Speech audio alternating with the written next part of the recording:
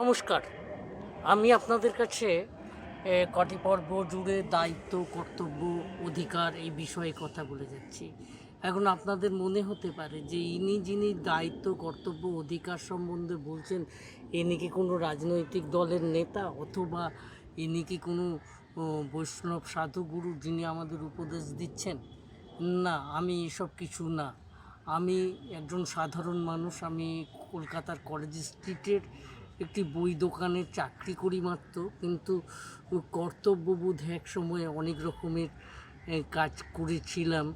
তার উদাহরণ দিলে আত্মপরিচয় হয়ে যায় বলে তার উদাহরণও খুব দিতে চাই না, তবে আজকে একটি উদাহরণ রাখি। আমারও যখন খুব ইয়াং বয়স, তখন একটি শিশুদের নিয়ে ক্লাব প্রতিষ্ঠা করেছিলাম, যার মূল লক্ষ্য উদ্দেশ্য ছিল, আমার গ্রাম ছিল অত্যন্ত গরিব, তারা খেলাধুলা থেকে শুরু করে কিছুরই সুযোগ পেত না।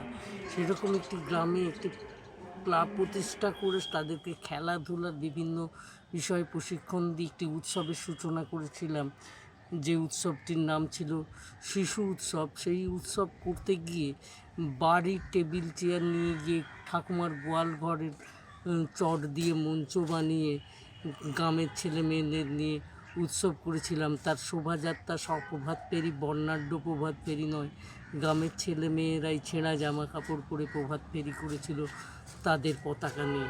তাদের যে পতাকাটা আমি করে দিয়েছিলাম নীল আকাশে উদীয়মান সূর্য এবং পারাবত চেতনা, ঐক্য, মুক্তির বাণী নিয়ে সেটি প্রতিষ্ঠিত হয়েছিল।